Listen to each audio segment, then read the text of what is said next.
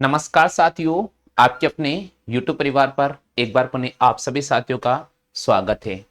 जैसा कि दोस्तों आपको पता होगा, सुबह प्रातः 10 बजे से हमारी रेगुलर क्लासें हो रही हैं और सुबह 10 बजे आपके सामने जो क्लास मिलेगी राजस्थान की सभ्यता से रिलेटेड मिलेगी। उसके बाद जो अगली क्लास आएगी साथियों आपके सामने वो हिंदी ग्रामर की रहेगी और उसके बाद अगली क्लास रहेगी आपके सामने वो रीजनिंग की रहेगी। इसी प्रकार शाम को जो हमारी क्लास होगी उसमें हिंदी क्लास हम यथावत रख रहे हैं। राजस्थान के सभ्यता स्थल को हम पढ़ रहे हैं साथियों। इसके अलावा मैं आपको मॉडल पेपर सॉल्व कराऊंगा और फिर बाद में आपके सामने रीजनिंग की क्लास भी रहेगी। तो वीडियो को आप लाइक कर दीजिएगा, वीडियो को आप शेयर कर दीजिएगा।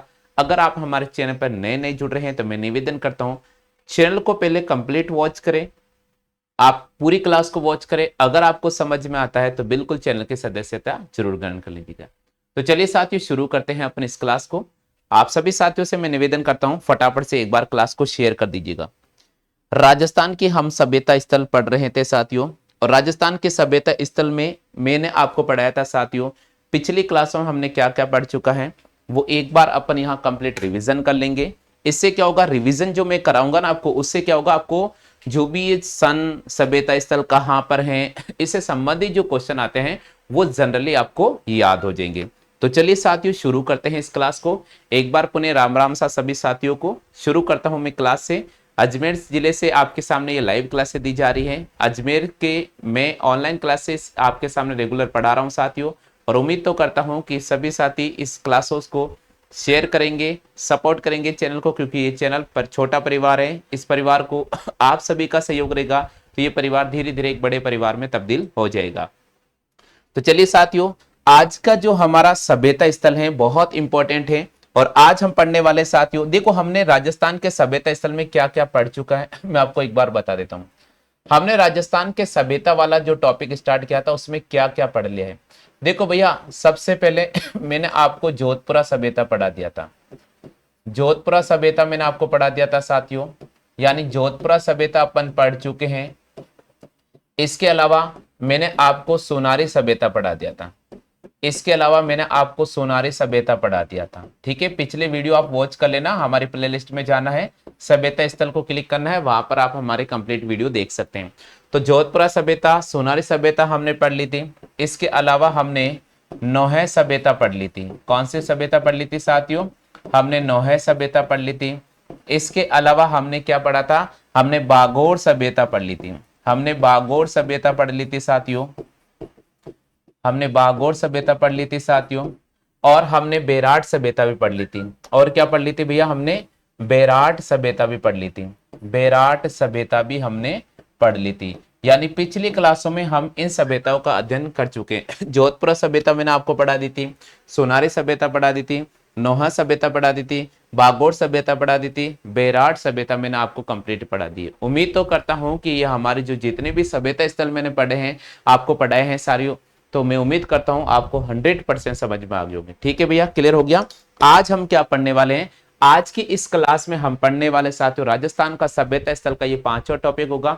इस सभ्यता स्थल में हम आज आपके सामने आहड़ सभ्यता के बारे में पढ़ेंगे और ज्ञानेश्वर सभ्यता के बारे में पढ़ेंगे। तो वीडियो को कंप्लीट वॉच करना है, साथ के साथ आपको नोट्स भी बनाना है। चलिए साथियों, हम बात करते हैं आज का जो प्रमुख टॉपिक है हमारा राजस्थान का सभ्यता स्थल का ये पांचवा क्लास होगा, जिसमें हम पढ़ेंगे साथियों सबसे पहले आहड़ सभ्यता स्थल। आहड़ सभ्यता स्थल सबसे पहले हम पढ़ेंगे साथियों आहड़ सभ्यता स्थल। बिल्कुल, आज हम यहां पर चर्चा करने वाले साथियों आहड़ सभ्यता स्थल के बारे में। आप सभी को अगर पता है आहड़ सभ्यता नामक स्थल कहां पर है तो आप जरूर कमेंट कर दीजिएगा साथियों, अगर आपके पहले पढ़ा हुआ है। अगर आपके पहले पढ़ा हुआ नहीं है ये टॉपिक तो कोई बात नहीं है, आपको यहां मैं शुरू से रिवीजन करा रहा हूं। तो जो साथी पहले पढ़ चुके हैं उनके रिवीजन हो जाएगा और जो साथी पहले बार आए हैं उनका बहुत अच्छी तरह से मैं याद करा दूंगा, कोई दिक्कत आपको नहीं आने वाली। हाँ भैया, सबसे पहले हम बात करते हैं आहड़ नामक सभ्यता स्थल कहां पर है, क्योंकि पहला जो क्वेश्चन यहां से यही बनता है कि यह सभ्यता स्थल कहां पर है भैया। आहड़ नामक सभ्यता स्थल राजस्थान में कहां पर है? तो आप सभी साथियों को पता होगा आहड़ नामक सभ्यता स्थल राजस्थान में कहां पर है भैया? आहड़ नामक सभ्यता स्थल राजस्थान में उदयपुर के अंदर है। कहां पर है भाई मेरे? राजस्थान के अंदर उदयपुर जिले में है। आहड़ नामक सभ्यता स्थल राजस्थान में कहां पर है?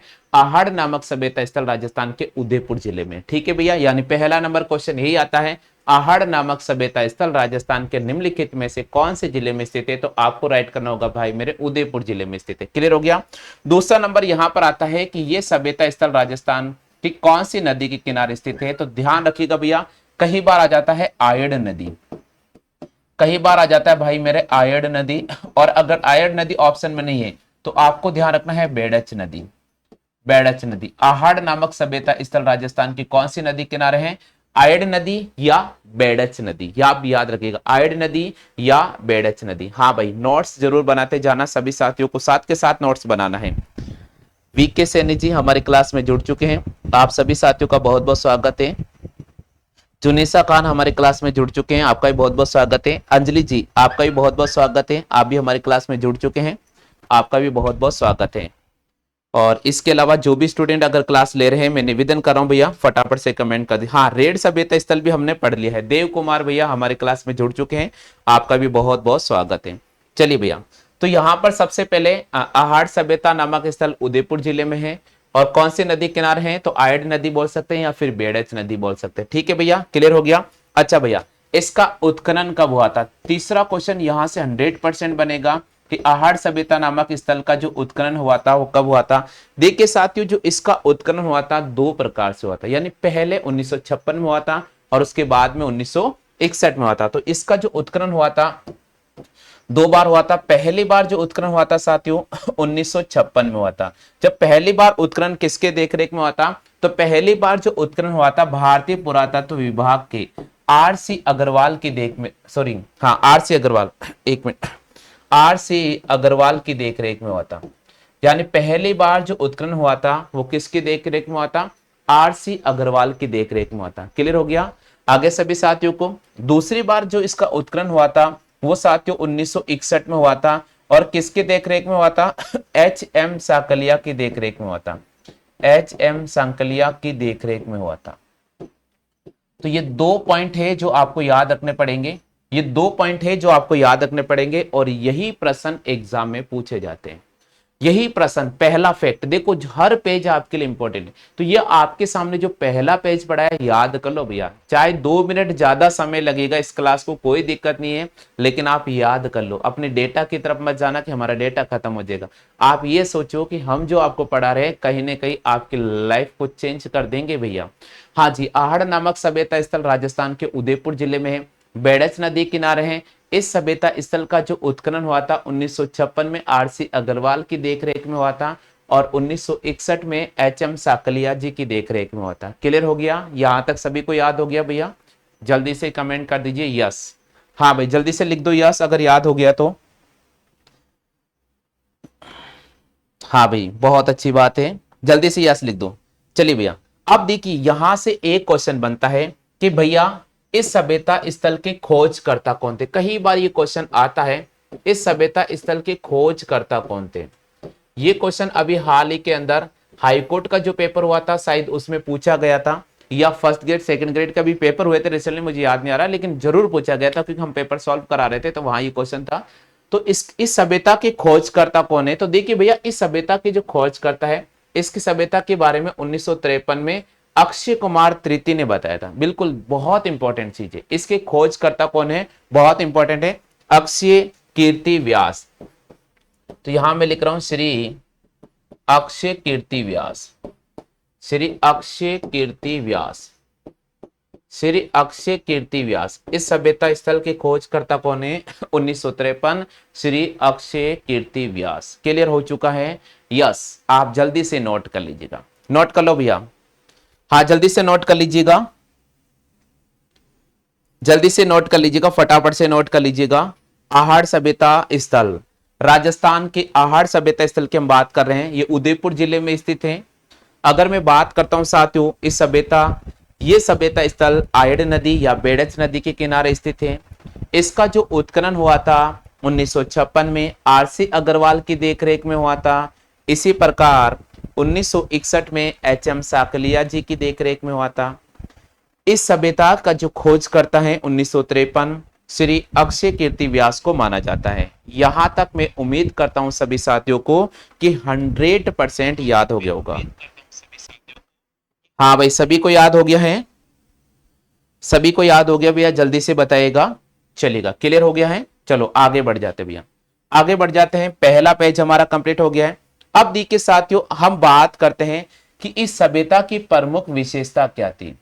इस सभ्यता की प्रमुख विशेषता क्या थी? तो आयड़ सभ्यता, और आयड़ सभ्यता की जो प्रमुख विशेषता थी वो क्या थी? यहां से क्वेश्चन एग्जाम में 100% पूछा जाता है। यानी विशेषता का मतलब यहां पर है कि भाई यहां पर किस प्रकार के अवशेष मिले, यहां पर किस प्रकार के अवशेष मिले उनके बारे में अपन चर्चा करेंगे। क्योंकि सभ्यता का मतलब ही क्या होता है? सभ्यता का मतलब होता है कि जो खुदाई के दौरान वहां पर अवशेष क्या मिले, वहां से हमें क्या जानकारी मिलती है, वही तो हमारे पास इंपॉर्टेंट है। तो सबसे पहले हमने देख लिया कि भाई उदयपुर जिले में है, बेड़च नदी किनारे हैं। 1953 में अक्षय कीर्ति व्यास द्वारा खोज की गई थी। 1956 में आर.सी. अग्रवाल ने इसका पहली बार उत्खनन कराया था। 1961 में एच.एम. साकलिया की देखरेख में उत्खनन हुआ था। अब यहाँ की प्रमुख विशेषता क्या है? प्रमुख विशेषता है इसमें से नंबर 1 आपको याद रखना है कि जब यहां पर उत्खनन किया गया था तो इसमें 6 तांबे की मोहरें निकली थी। कितनी साथियों? 6 तांबे की मोहरें निकली थी। तो यहां पर 6 तांबे की मोहरें थी, 6 तांबे की मोहरें निकली थी साथियों। 6 तांबे की मोहरें निकली थी, जिसमें से 3 तो तांबे की मुद्राएं थी, जिसमें से 3 तो तांबे की मुद्राएं थी, जिनमें से 3 तो क्या थी भैया? तांबे की मुद्राएं थी। तो यहां पर उत्खनन में सबसे इंपॉर्टेंट है कि 6 तांबे की मोहरें मिली, जिनमें से 3 तांबे की मुद्राएं थी। ठीक है भैया, क्लियर हो गया? यह पहला पॉइंट आपको याद रखना है, पहला पॉइंट है।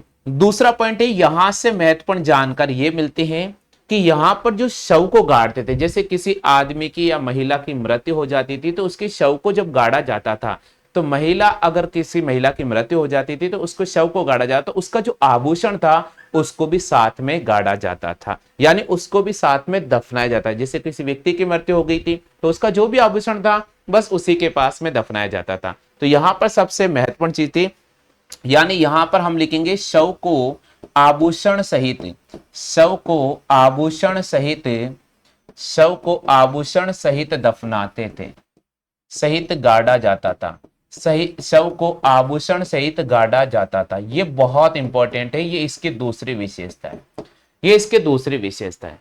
यानी पहला, अब विशेषता का मतलब ही है कि यहां से किस प्रकार के अवशेष मिले, क्या हमें जानकारी मिली। तो पहली जानकारी कि 6 तांबे की मोहरें मिली, जिनमें से 3 तो तांबे की मुद्राएं थी। दूसरा नंबर है शव को आभूषण के सहित गाड़ा जाता था। प्रश्न आता, राजस्थान की ऐसी कौन सा सभ्यता स्थल है जहां पर शव को आभूषण के साथ गाड़ा जाता था? जी हाँ दोस्तों, हमें आयड़ सभ्यता को राइट करना होगा। ठीक है भैया, क्लियर हो गया आगे सभी को? तीसरी प्रमुख विशेषता है कि यहां पर तांबा गलाने की भट्टी मिली, यहां पर तांबा गलाने की भट्टी मिली थी। यहां पर क्या मिला था? तांबा गलाने की भट्टी मिली थी। यानी ये इसका तीसरा पॉइंट है कि यहां से हमें तांबा गलाने की भट्टी मिली थी। क्या मिली थी भाई मेरे? यहां से हमें तांबा गलाने की भट्टी मिली थी। अच्छा भैया, चौथी विशेषता क्या है? चौथी विशेषता की बात करता हूं तो इसे मृतकों का टीला भी कहा जाता है, इसे मृतकों का टीला भी कहा जाता है, इसे मृतकों का टीला भी कहा जाता है। यानी इस सभ्यता को क्या कहा जाता है? इसको मृतकों का टीला भी कहा जाता है। ये वेरी वेरी इंपॉर्टेंट क्वेश्चन है। पहले ये 4 पॉइंट आप नोट कर लो, पहले ये 4 पॉइंट नोट कर लीजिए। आहेड़ सभ्यता हम पढ़ रहे हैं, बहुत इंपॉर्टेंट है। सॉरी, आहार सभ्यता, एक मिनट, आहार सभ्यता, एक मिनट, आयड़ ने भी आहार सभ्यता, आहार सभ्यता हम पढ़ रहे हैं साथियों, आहार सभ्यता हम पढ़ रहे हैं, बहुत इंपॉर्टेंट है साथियों, आहार सभ्यता। ठीक है, आहार सभ्यता की जो प्रमुख विशेषता है उसमें से पहला नंबर है 6 तांबे की मोहरें मिली थी, 3 तांबे की मुद्राएं मिली थी, शव को आभूषण के साथ गाड़ा जाता था, तांबे गलाने की यहां से भट्टी हमें प्राप्त हुई थी, मृतकों का टीला भी इस सभ्यता को कहा जाता है। प्रश्न आता है कि निम्नलिखित में से कौन सी सभ्यता को मृतकों का टीला कहा जाता है? जी हाँ दोस्तों, हमें राइट करना होगा आहार सभ्यता स्थल। क्लियर हो गया? हाँ भैया, यहां तक सभी साथियों क्लियर हो चुका है क्या? फटाफट से जवाब दीजिएगा। हाँ भाई, सभी साथियों से मैं निवेदन कर रहा हूं, अगर आप क्लास में पहली बार आए हैं तो बिल्कुल आप चैनल को शेयर जरूर कर दीजिएगा और चैनल को सब्सक्राइब जरूर कर लीजिए।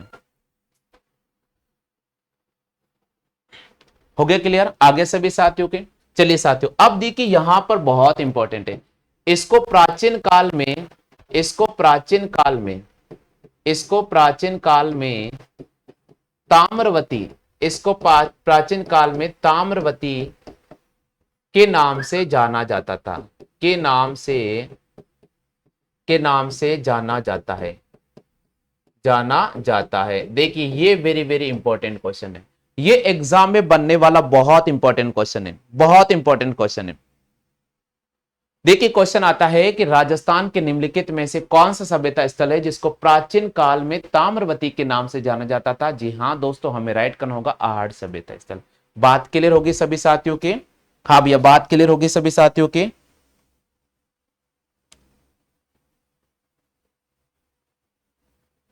क्लियर हो गया? यहां तक सभी साथियों क्लियर हो चुका है क्या? जल्दी से बताइएगा। चलिए भैया आगे बढ़ते हैं, आगे बढ़ते हैं। बिल्कुल, हम पढ़ रहे हैं साथियों राजस्थान की आहड़ सभ्यता और उसकी प्रमुख विशेषता के बारे में आपको यहां पर लिख रहा हूं कि क्या क्या मिला है। देखिए साथियों, इस सभ्यता की मैं बात करता हूं तो इस सभ्यता को बनास संस्कृति का अवशेष भी माना जाता है। तो हम लिखेंगे इस सभ्यता को बनास संस्कृति का अवशेष भी माना जाता है, बनास संस्कृति का अवशेष भी माना जाता है, बनास संस्कृति का अवशेष भी माना जाता है। ये पॉइंट आपको याद रखना पड़ेगा कि ये जो सभ्यता स्थल है उसको बनास संस्कृति का अवशेष माना जाता है। प्रश्न आता है राजस्थान की निम्नलिखित में से कौन सा सभ्यता स्थल है जिसको बनास संस्कृति का अवशेष माना जाता है। हमें राइट करना होगा साथियों आहड़ सभ्यता स्थल। कौन सा राइट करना होगा? हमें राइट करना होगा साथियों आहड़ सभ्यता स्थल। यहां तक सभी साथियों क्लियर हो चुका है भैया? हाँ भाई, साथ के साथ लिखते जाइएगा, साथ के साथ लिखते जाइएगा। बिल्कुल, देखिए साथियों इस सभ्यता की बात मैं करता हूं तो यहां पर हमें एक मिट्टी से निर्मित बेल मिला था। यहां पर हमें क्या मिला था? मिट्टी से निर्मित बेल मिला था। तो बहुत इंपॉर्टेंट है साथियों, जिसे बनासियन बुल कहा जाता था। तो यहां लिखा मैंने बनासियन बुल। देखिए यहां लिखा मैंने बनासियन बुल। अच्छा, बनासियन बुल क्या है?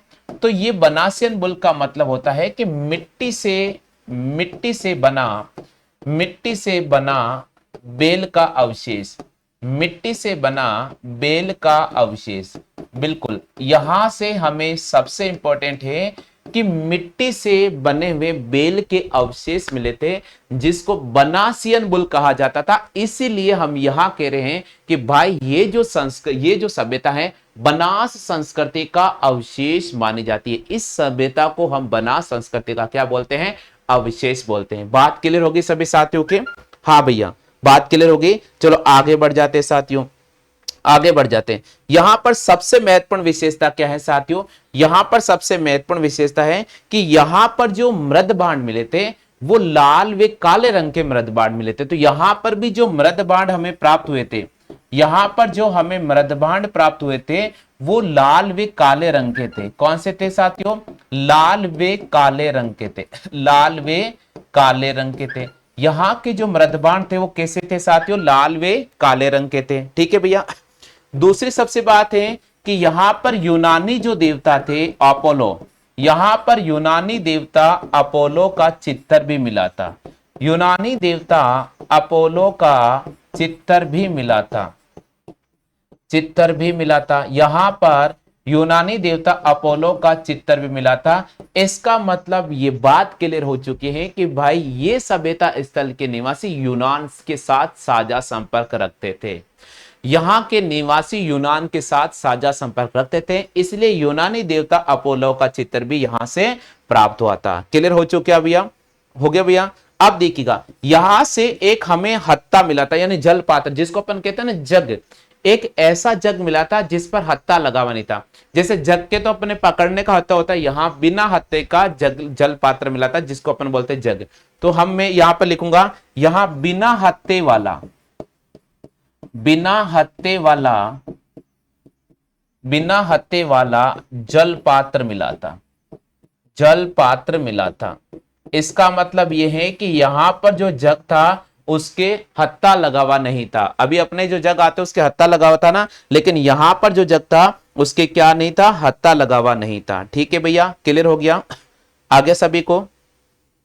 अब देखिए साथियों, ये तो यहां पर अभी प्रमुख अपन सभ्यता की विशेषता पढ़ रहे हैं, और सबसे बड़ी विशेषता है कि यहां पर रंगाई और छपाई के लिए लकड़ी के ठप्पे का इस्तेमाल किया जाता। सबसे बड़ी विशेषता है कि यहां पर रंगाई या छपाई के लिए, रंगाई या छपाई के लिए लकड़ी के ठप्पे का इस्तेमाल किया जाता था। किसका इस्तेमाल किया जाता था भाई?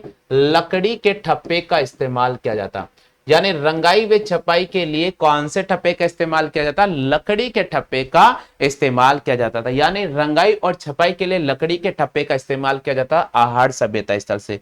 हाँ भाई, क्लियर हो चुका है। ये क्वेश्चन बहुत इंपॉर्टेंट आता है, बहुत इंपॉर्टेंट है। सबसे बड़ी बात है कि यहां पर देखिए जलकूप की बहुत शानदार यहां पर पद्धति थी। जल को निकालने की प्रक्रिया थी जिसको बोलते हैं चक्रकूप पद्धति। क्या बोलते हैं भैया? चक्रकूप पद्धति। तो प्रश्न यहां से एक क्वेश्चन एग्जाम में कई बार बनता है।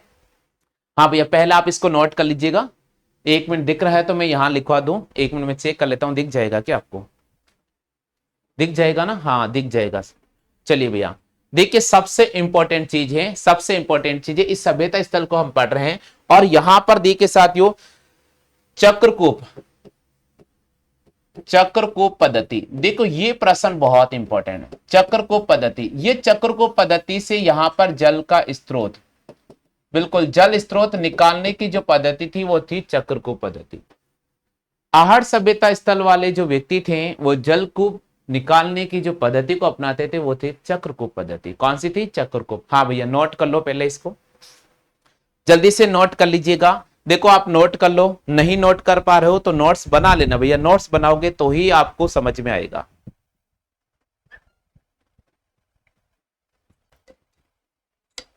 आप कहते हो ना सर हम बार बार भूल जाते हैं, तो हम भूलते क्यों है? हम भूलते इसलिए कि हम लिखते कुछ भी नहीं है। अगर हम खाना खाते जाएंगे और खाना बनाने वाला ही कोई नहीं रहेगा तो क्या हमारा पेट भर जाएगा क्या? आप बताइए, नहीं भरेगा ना पेट। मान लीजिए 5 व्यक्ति हैं, सब खाना खाने वाले, बनाने वाला कोई भी नहीं है, तो पेट कभी नहीं भरेगा, पेट कभी नहीं भरेगा। इसलिए आपको बनाना आना चाहिए। तो नोट्स पढ़ने से कुछ नहीं होता है, क्लास लेने से कुछ नहीं होता है। क्लास अगर आप ले रहे हो तो क्लास को सबसे पहले समझे।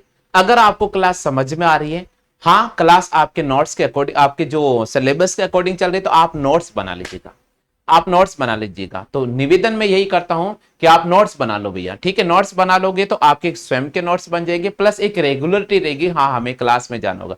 जब हम एक दिन लिख लेते हैं और दूसरे दिन अगर हम क्लास में नहीं जाते तो हमें शायद ये लगता है कि यार आज हम क्लास में नहीं गए, ठीक है। तो आप नोट्स बना लिया करो। हाँ भाई, क्लियर हो गया? यहां तक क्लियर हो गया?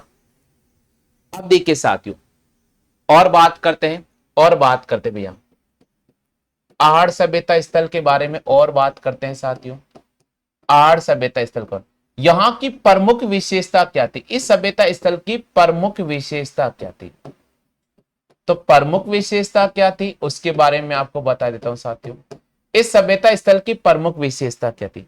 सबसे पहला पॉइंट आपको ध्यान रखना कि ये जो सभ्यता थी एक प्रकार से ग्रामीण सभ्यता मानी जाती है। तो पहली विशेषता तो मैं लिखूंगा यह ग्रामीण सभ्यता थी, यह ग्रामीण सभ्यता, 1 मिनट, यह ग्रामीण सभ्यता मानी जाती है, ये ग्रामीण सभ्यता मानी जाती है। ये पहला पॉइंट, यह ग्रामीण सभ्यता मानी जाती है। पहला पॉइंट याद रखना है। इस सभ्यता को क्या माना जाता है भाई मेरे?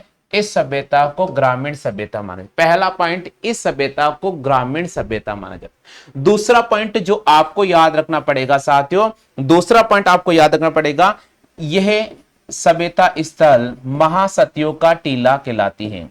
यह सभ्यता स्थल को महासतियों का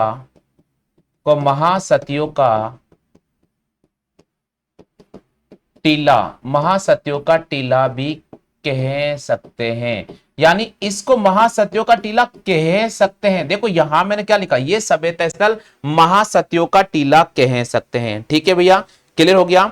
दूसरी सबसे बड़ी बात है इस सभ्यता की है कि यह सभ्यता यह सभ्यता पितृत्वात्मक सभ्यता थी। कौन सी सभ्यता थी? पितृत्वात्मक सभ्यता थी। ठीक है भैया, क्लियर हो गया? ये प्रमुख विशेषता है जो आपको याद रखनी है भैया, जो आपको याद रखनी है।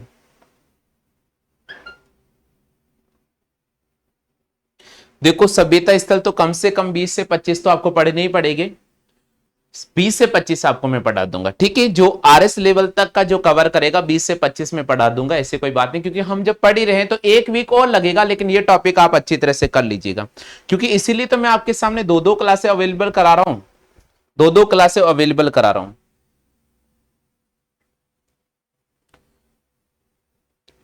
हो गया भैया, क्लियर हो गया यहां तक? हाँ भाई, यहां तक सभी साथियों क्लियर हो चुका है? यहां तक सभी साथियों क्लियर हो चुका है कि जल्दी से बताइएगा। यहां तक सभी साथियों क्लियर हो चुका है क्या? फटाफट से बताओ।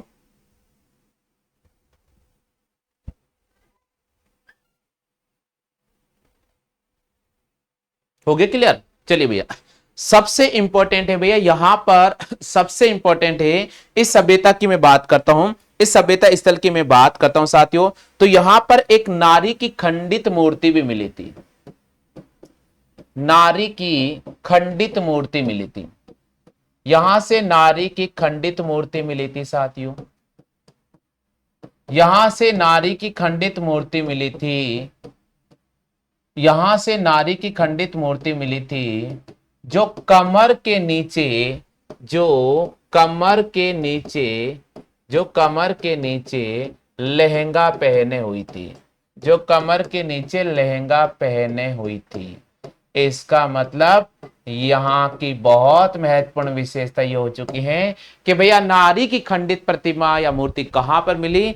जिसने लहंगा धारण कर रहा था, तो कमर से नीचे उसका लहंगा धारण कर रखा था, ये नारी की खंडित मूर्ति भी यहां इस सभ्यता नामक स्थल से मिली थी। ठीक है भैया, क्लियर हो चुका है आगे सभी को?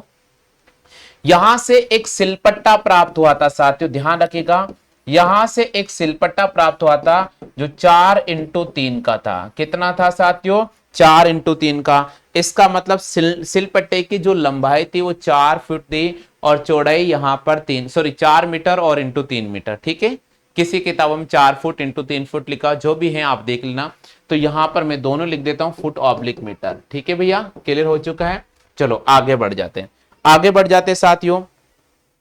यहां पर एक भवन मिला था साथियों, और उस भवन की जो लंबाई थी लगभग, भवन की जो लंबाई थी लगभग 45 फुट थी। यानी यहां पर एक भवन मिला था जिसकी लंबाई कितनी थी? भवन की जो लंबाई थी 45 फुट थी। और इसके अलावा मकानों के अंदर चूल्हे मिले थे साथियों, और मकानों के अंदर 6 चूल्हे मिले थे। इसका मतलब यह बता रहा है कि यहां पर एक मकान मिला था जिसके अंदर 6 चूल्हे थे। तो यह बता रहा है कि यहां परिवार जो था सामूहिक रूप से रहता था, यहां का जो परिवार था वो सामूहिक रूप से रहता था। तो उम्मीद तो करता हूं साथियों आहड़ सभ्यता मैंने आपको कंप्लीट पढ़ा दी है। एग्जाम में जो भी क्वेश्चन बनते हैं, जो भी बनने की संभावना है, वो मैंने पूरी इसमें पढ़ाने की कोशिश की है। अगर किसी प्रकार कोई गलती भी हो जाती है तो थोड़ा क्षमा कर देना भैया, एक बार मैं वापस रिवाइज करा देता हूं। देखिए साथियों, हम राजस्थान के सभ्यता स्थल को पढ़ रहे हैं, और राजस्थान के सभ्यता स्थल के हमने आपके सामने क्लास स्टार्ट की थी। जोधपुरा सभ्यता मैंने पढ़ा दी थी, सुनारी पढ़ा दी, नोहे सभ्यता पढ़ा दी थी, बागौर पढ़ा दी थी, बेराट पढ़ा दी थी, और एक रेड सभ्यता स्थल हमने पढ़ा दी थी।